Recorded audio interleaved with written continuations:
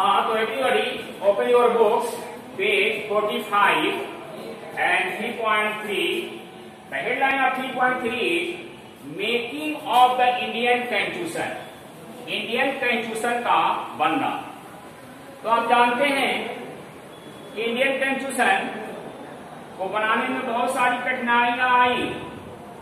क्या क्या कठिनाइयां आई, कैसे बना, इसके बारे में देखेंगे। तो point 1, like South Africa, Indian Constitution was also drawn up under very difficult circumstances.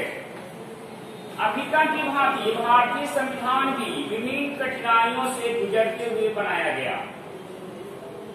क्यों, क्या क्या कठिनाइयां थी? तो उसी समय आप जानते हैं कि India divided two parts according to religions, Hinduism and Islamic. इस्लाम और हिंदू के आधार पर इंडिया दो पार्ट में बंट गया, हिंदुस्तान और पाकिस्तान। ये सबसे बड़ी कठिनाइयां थी। और ये दोनों समुदाय के बीच में राइट शुरू हो गया। इसमें 10 लाख लोग मारे गए थे। नहीं, there were killing 10 lakh people in India during the right period after dividing the India into two parts, Hindustan and Pakistan. तो ये डिफिकल्ट सर्कमस्टांसेस थी उस समय। Secondly, it was made by an Indian constituent assembly consisted of 299 elected representatives presided by Dr. Rajendra Prasad। आप जानते हैं कि Indian constitution एक कॉन्स्टिट्यूएंट असेंबली द्वारा यानी संविधान निर्मात्री सभा द्वारा बनाया गया, जिसमें 299 इलेक्टेड मेंबर थे और इसके अध्यक्ष डॉक्टर राजेंद्र प्रसाद थे। यानी कॉन्स्टिट्यूएंट असेंबली संविधान निर्मात्री सभा के अध्यक्ष डॉक्टर राजेंद्र प्रसाद थे। It was drafted bye A drafting committee headed by doctor B.R. Ambedkar. और इसका ड्राफ्ट, इंडियन कॉन्स्टिट्यूशन का ड्राफ्टिंग एक ड्राफ्टिंग कमेटी के द्वारा की गई। इसके चेयरमैन हमारे डॉक्टर B.R. अम्बेडकर थे। Fourthly, it was completed in 2 years, 11 months and 18 days। भारतीय संविधान को निर्माण करने में 2 वर्ष 11 महीने 18 दिनों का वक्त लगा। 2 वर्ष 11 महीने 18 दिनों का वक्त लगा। It was adopted on 26 नवंबर 1949। भारतीय संविधान 26 नवंबर 1949 को एडॉप्ट किया गया। एंड इट वाज इम्प्लीमेंटेड और केम इन फोर्स ऑन 26 जनवरी 1950। भारतीय संविधान 26 जनवरी 1950 को इम्प्लीमेंट किया गया, लागू किया गया। And so 26 January is celebrated as a Republic Day every year। यही कारण है कि 26 जनवरी प्रति वर्ष 26 जनवरी को रिपब्लिक डे के रूप में बड़े उत्साह के साथ, उत्सव के साथ मनाया जाता है, republic day. Now we see main features of Indian constitution. भारतीय संविधान की क्या क्या मुख्य विशेषताएं थी। Number 1, Indian constitution is written constitution. भारतीय संविधान एक लिखित संविधान है जिसमें 395 धाराएं हैं ओरिजिनल में।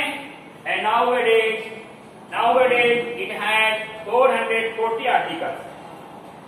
It is the largest constitution in the world. यह दुनिया का सबसे विशाल संविधान है, क्योंकि दुनिया के सबसे विशाल इसलिए है कि इसमें इस संविधान में, इंडियन कॉन्स्टिट्यूशन में जितने आर्टिकल हैं अदर कॉन्स्टिट्यूशन में नहीं है। Thirdly, it adopted parliamentary form of government. भारतीय संविधान की तीसरी विशेषता है कि यह संसदीय शासन व्यवस्था को एडॉप्ट करता है। इंग्लैंड की तरह संसदीय शासन व्यवस्था पार्लियामेंट्री फॉर्म को एडॉप्ट करता है। It adopted the federal form of government. और यह संघीय शासन व्यवस्था भी अपनाता है। अमेरिकी संविधान की तरह या संघीय शासन व्यवस्था अपनाता है। आप जानते हैं कि संघीय शासन फेडरल फॉर्म ऑफ गवर्नमेंट में there are two level of the government, two level of the government होता है, state government and central government. Indian constitution also adopted federal form of government, and India has two categories of the government: state government and federal government. Fifth, second statement thing, India की पांचवी विशेषता है, यहाँ एक हरी नागरिकता है, पूरे हिंदुस्तान की नागरिकता एक हरी नागरिकता है। इंडिपेंडेंस ऑफ जुडिशरी छठी विशेषता है कि यहाँ न्यायपालिका को स्वतंत्र रखा गया है कार्यपालिका और व्यवस्थापिका से। सातवीं विशेषता है एडल्ट फ्रेंचाइज यानी वयस्क मताधिकार है। 18 ईयर्स के सिटीजन को सभी को स्वतंत्रता पूर्वक अपना राइट टू वोट किया गया है, that is called adult franchise. आठवीं विशेषता है फंडामेंटल राइट्स, मौलिक अधिकार। भारतीय संविधान के मूल संविधान में 7 प्रकार के फंडामेंटल राइट्स प्रदान किए गए थे एवरी सिटीजन को, लेकिन राइट टू प्रॉपर्टी समाप्त कर दी गई। Nowadays there are 6 fundamental rights only. And last 8 features है directive principle of state policy. Directive principle of state policy Indian constitution के आर्टिकल 30 में लिखा गया है। आर्टिकल 30 कहता है कि the state shall strive to promote the welfare of the people by statutory protecting effectively if every government, state government and central government also try to do welfare work so much.